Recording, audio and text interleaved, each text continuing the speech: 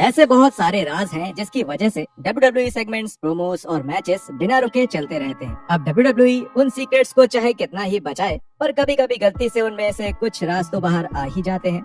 लेकिन ऐसे राज है कौन से? जुड़िए हमारे साथ, जहां हम WWE के 10 ऐसे ही सीक्रेट्स के बारे में बात करेंगे जो हाल ही में सामने आए हैं। Number 1, top rope breaks during Finn Balor's coup de grace। Finn Balor के शैतानी अवतार को WWE रोस्टर में अपनी पहली हार का सामना करना पड़ा। 2021 के एक्सट्रीम रूल्स पे पर व्यू में थे डीमन को यूनिवर्सल चैंपियन रोमन रेंस से अपनी पहली हार मिली, जब एक coup de grace के दौरान रिंग की ऊपर वाली रस्सी टूट गई और रेंस बदले में बैलर को पकड़कर एक स्पेयर देने में कामयाब रहे और जीत हासिल कर ली। पे पर व्यू दर्शकों के सामने हुआ था, जिस वजह से फैन सोच में पड़ गए कि WWE ने रस्सी तोड़ी कैसे। खैर, ये सामने आया कि क्रू का एक सदस्य रिंग साइड पर मौजूद था और उसने ही वो रस्सी काटी थी। मैच के दौरान रेड कलर की लाइट का इस्तेमाल किए जाने के कारण वो सदस्य आसानी से नहीं दिख पा रहा था, लेकिन फिर भी वहाँ मौजूद फैंस ने ये चाल समझ ली थी।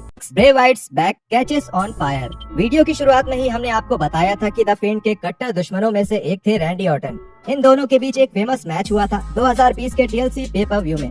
इस पहले फायरफ्लाई इन्फर्नो मैच में द फिंड का आग की लपटों से घिर जाने के बाद ऑर्टन ने सफलता से जीत हासिल कर ली थी। आश्चर्य की बात ये थी कि इस स्पॉट को खुद ब्रे वाइट ने किया था। ब्रे को उनके कपड़ों की बहुत सारी परतों ने सुरक्षित रखा था, जिससे उनके शरीर पर कहीं जलने का प्रभाव नहीं पड़ा और इस पुराने WWE चैंपियन को फायर प्रूफ जेल से भी सुरक्षा मिली थी, जिसकी वजह से उनके बाल और दूसरे संवेदनशील हिस्सों को बचाया गया था। हालांकि ब्रे को सुरक्षित रखने के लिए बड़े प्रबंध किए गए थे, लेकिन इस खतरनाक स्टंट के लिए ब्रे का मंजूरी देना वाकई काबिले तारीफ है। Number 3, WWE superstars take breaks during commercials.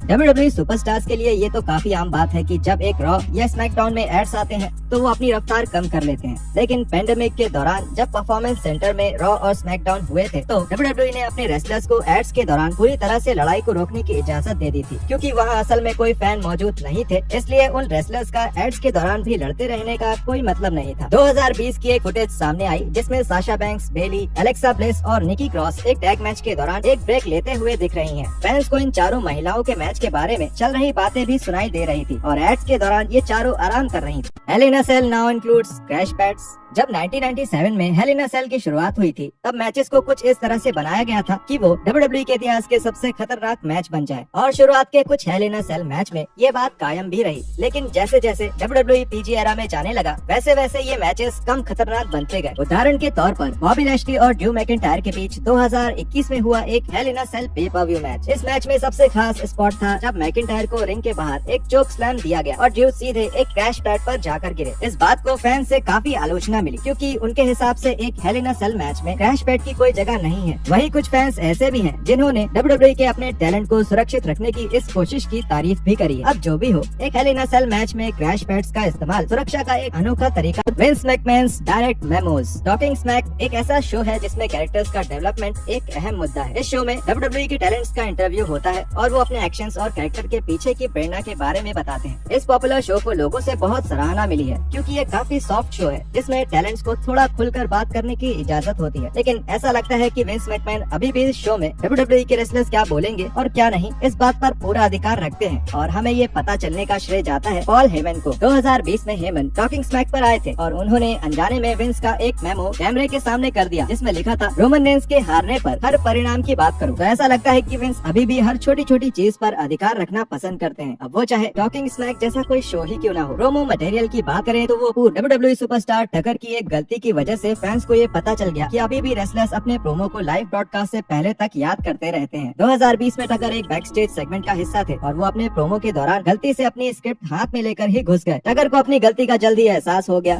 और उन्होंने अजीब ढंग से वो पेपर फेंक दिया।